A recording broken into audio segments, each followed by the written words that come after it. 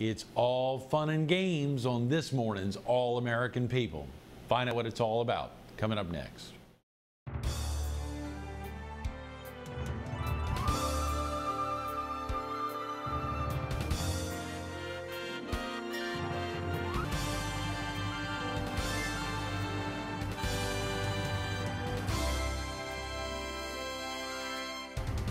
Good morning.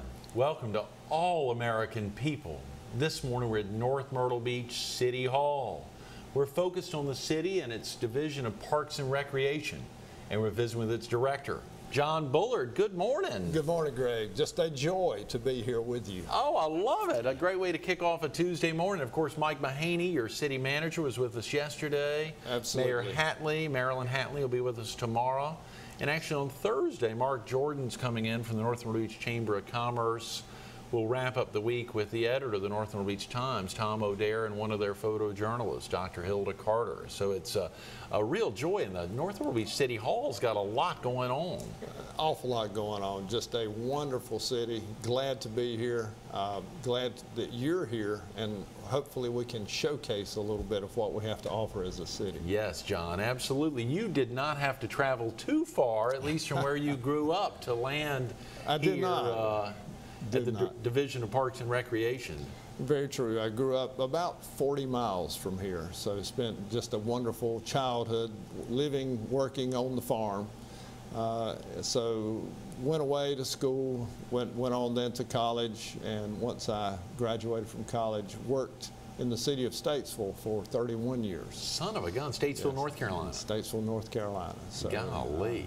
but the opportunity presented itself to return home, and I, of course, just leapt at that opportunity to come back here. How exciting. You shared with us earlier this morning, John, that you'd actually worked here in the North Myrtle Beach area as a child. I did. As part of my undergraduate work, I had to do an internship in the recreation curriculum. So someone twisted my arm and forced me to come to one of the campgrounds here at Windy Hill. So I served just a very grueling summer internship at the campground. Listen to you. That is great. That is great. You know, so many folks growing up throughout North Carolina think about Brunswick County beaches, or even around New Hanover as an area where they spent their summers, or even possibly crossing in North Myrtle Beach. You were right over there in Columbus County, and it wasn't Brunswick County for you. No, it's always been North Myrtle Beach. Of course, back then there was not a North Myrtle Beach. It was Cherry Grove, or it was Ocean Drive, or Windy Hill, but never had any interest at all in going to Myrtle Beach or any of the North Carolina beaches. It was always North Myrtle Beach, so just loved this place. That is fabulous. Well, I'm sure, and the city has opened, has welcomed you with open arms. A little more than 2 years ago, you said. Yes, 2 years ago, and it has been wonderful, and the folks here are just terrific. You know, as far as the city management, our elected leaders, just an absolute wonderful place. Yes, yes. John, you said growing up on the farm. On the farm. This was, had you ever thought about making that a profession, or thought about growing up on a farm? Folks want to get away? Right, you want to get away. And you know, it's an era that's gone and left us. The family farms back during the times I was growing up supported families, sent them all to college, and they just do not generate enough revenue to do that now. So I never had any desire to remain on the farm. So I always knew that I would be involved in some type of business-related activity. But did you think that it was possibly going to be in Parks and Recreation when you went off to college? Did you think, hey, this is something that I'm destined to do? Did not even know what Parks and Recreation was. That's good candor, but you know, I played sports in high school and played a little baseball in college. So you know, when you first think of Parks and Recreation, you think of athletics. Right, sure. But you know, I became much more involved and enamored with the business side of Parks and Recreation as I got into it. And I enjoy people, I enjoy helping people, and of course enjoy the numbers that are involved with Parks and Recreation as well. And it's been a very good career. That's exciting. Congratulations. Yes. We've been hearing a lot about sports tourism. That sounds like a pretty Yes. foreign term, probably like hearing about parks and recreation as a child. I mean, Very kind of a much, foreign right. term, but sports tourism is a real hip term these days. It is. It's hot right now. Yeah. It really is.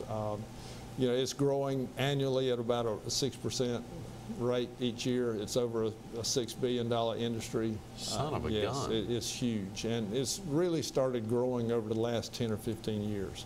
And exactly what sports tourism is, it's the travel of teams or individuals to a sporting event, competition, or even as a spectator.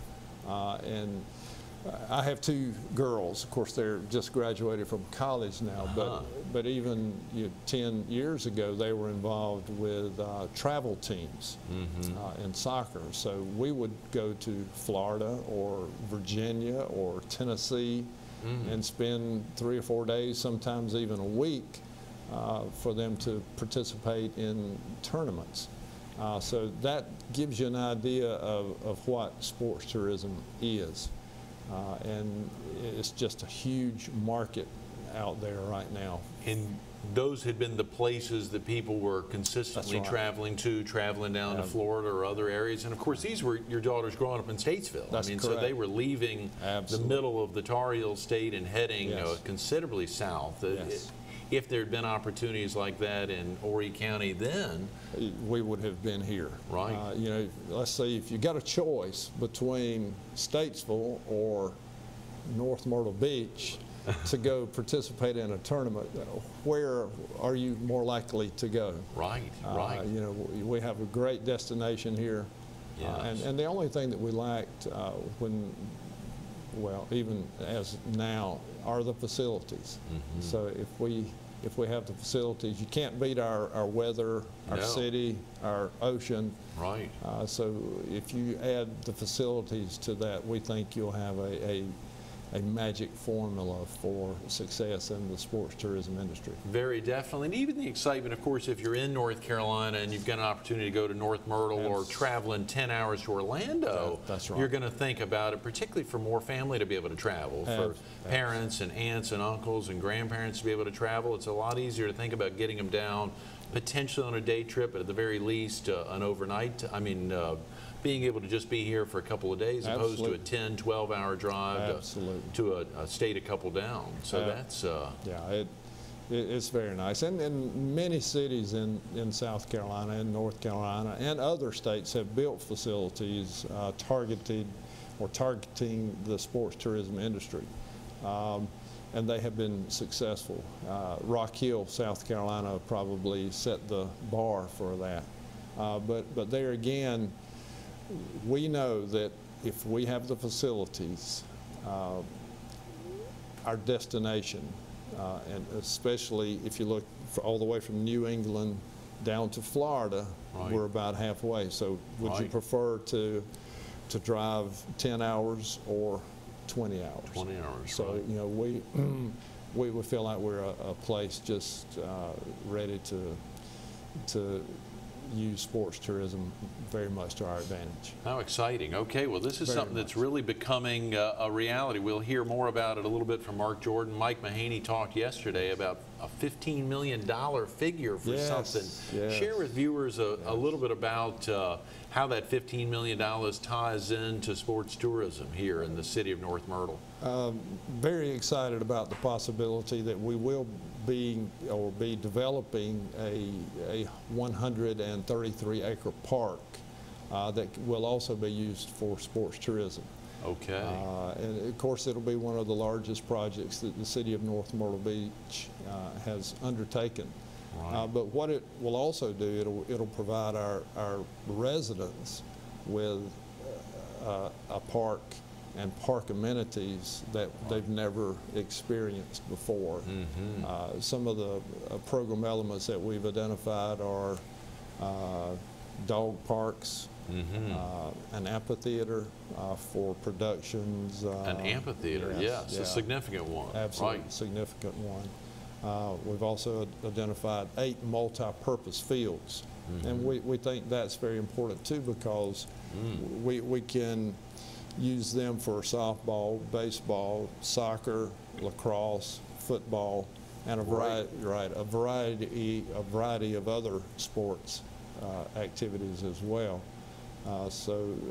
And we've even identified the potential for a splash pad, which is a scaled-down version of a water park. So, all of those will just enhance the recreational opportunities for our local citizens. Yes. As well as if we get the teams here for the sports tourism events, we have to ensure that they're going to have a great time. Right. Because if they have a great time, they will return.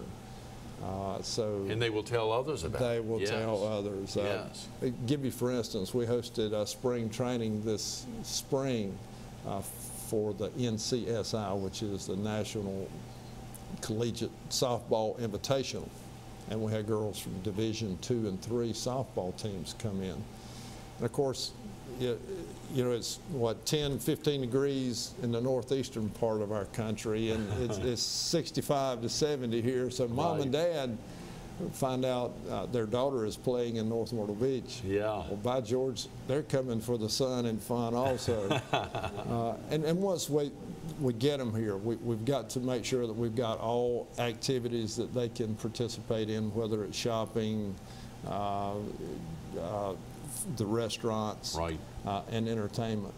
And what we found is once the parents came as part of the sports tourism event, we had several parents say, hey, we know where we're coming this summer for family vacation. Wow. So they'll be coming back to North Myrtle Beach to spend vacations, hopefully this summer and many summers in the future. So it really, I guess, perpetuates our tourism market here. How exciting, John. You and your wife are lamenting the fact that this was not around when your girls were traveling. Absolutely, doing absolutely. Soccer travels or other travels up and down the East Coast. How easy that would have been for you all. Oh, yes. And we'd have had a greater experience as well. And saved money. Sure. And could have had other family around come make that easy trip. More to support your girls there. When you think about how doing something, there's significant cost. Mike mentioned the $15 million. That is for annexing, potentially annexing as much as 1,800 acres, though, buying and annexing that into the city of North Myrtle Beach. But I think you said only 133 of those acres will be. So there's other benefits that will come out of the big annexation. Absolutely. It gives us a large parcel of land that we can grow our city. Okay. And of course, growing the city, that means there will be some property taxes that we'll gain from that. Right. Also, there will be commercial development, and of course, there will be not only property taxes that we can receive from that, but also accommodations taxes. Yes. Because we foresee some of the areas building accommodations, restaurants, entertainment facilities as well. So that would all help. If you, without too big a stretch, say, help stabilize our tax rate for many years into the future. So, absolutely. And with 1,800 acres, there's tremendous opportunity for housing, which is also going to increase our population and grow our city. Right. So the biggest way the city is going to pay for the sports tourism enhancement and the tremendous explosion into sports tourism, we didn't talk with Mike yesterday about that. How is the city planning on it? Is it much of what you're mentioning there? Of course, now nothing is final yet. Right. No, I understand. We're not putting you on the spot. We'll try to put Marilyn on the spot tomorrow. That's it. No, but hopefully it'll be final next Monday. Okay. So right around now. Yeah. Yes. Right around now. So, the proposed way to pay for it is to issue general obligation bonds. Great. Okay. And then pay for the development, which would result in a $6 million increase. Okay. In our tax rate, but that will only be in place for 8 years. Okay. Tremendous. And once the park development is paid off, then that millage increase will go away. Right. And we're, as far as our operational millage rate for our budget in the city, it still remains at 32 cents. Okay. Or excuse me, 32 mils. Mills, right. Well, of course, the great thing is so many local residents will be able to take advantage. You've laid out not only the 8 multi-purpose fields, but a plethora of other benefits that folks of all ages, all city residents will be able to take advantage of to really help feel their ownership in the park. Absolutely. You know, I think ownership, it helps create an identity as to who we are as a city and a community. And I think it will be a very positive part of our community. The North Myrtle Beach Aquatic and Fitness Center, another facility that has really garnered a lot of ownership by city residents and is used by a multitude of folks, but is something I know we want to talk to Mayor Hatley about that tomorrow. She helped champion that. Absolutely. Melinda Chappell, we've interviewed a number of times, even well before the fitness center opened up when she first came on board years ago. And that has been a great addition for the city, hasn't it? A huge addition. And you know, being from this industry and having worked in this industry for 30-some years, you know, it's amazing the financing method that our city used here in North Myrtle Beach to finance our aquatic fitness center, because there was no taxpayer money involved with the construction of the aquatic. Not a penny. Not a penny. Wow. And you know, it's amazing. Well, how was it done then? It was done through the accommodations tax. Okay, great. Which is, of course, I think set up by the state, and local governments participate in that. But just a very creative way to fund that. And, and the facility itself is simply amazing. I think we have close to 4,000 members, or maybe even a few over 4,000 members. We've seen... that is incredible. It is. It really is. For a city that's, what, 15,000? Yeah, and a quarter of the population. That's incredible. It is. You know, I think there was a tremendous need here for that facility, and our community has embraced it. Right. And we've seen a steady increase in revenues and memberships annually, and doing very well. You expect to have a very similar, I guess that is great empirical data to help lay out what the park could do and how well it'll be received. Yes. You can't argue with what exists there, and using the figures. You know, I think it just justifies that we need to use this opportunity to develop the park, and I think it will help brighten our future as a city. So oftentimes economic development had not had a causal relationship or that connection to Parks and Recreation. For you, 31 years or 29 years, I believe, as a Parks and Recreation department manager there in Statesville, and 2 years plus now here.